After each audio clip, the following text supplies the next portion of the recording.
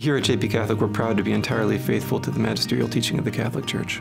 We offer a theology and philosophy emphasis, which is a way for students to explore what God has revealed in His Word and through His Church, and at the same time to use reason in order to attain wisdom and to seek after truth.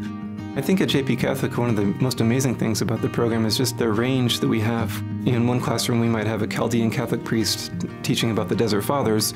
In another classroom, we'll have a consecrated virgin, Dr. Stilley, teaching about mystical theology and St. Catherine of Siena. And then down the hall, we'll have Dr. Keyes, who's a deacon on his way to being ordained a priest, and he's going to be teaching about not only Thomas Aquinas, but how Thomas Aquinas applies to the theology that is maybe driving a television program.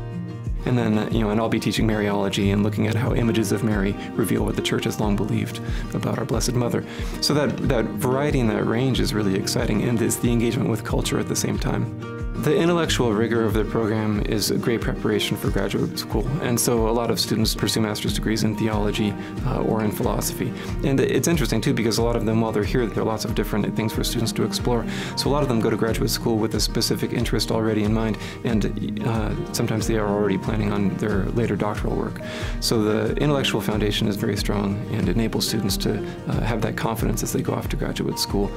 My hope is that the courses that we offer here will serve to create a well-rounded individual who's capable of not only thinking critically and logically, but also thinking more fully about the experience that they have as a human being and specifically as a Christian.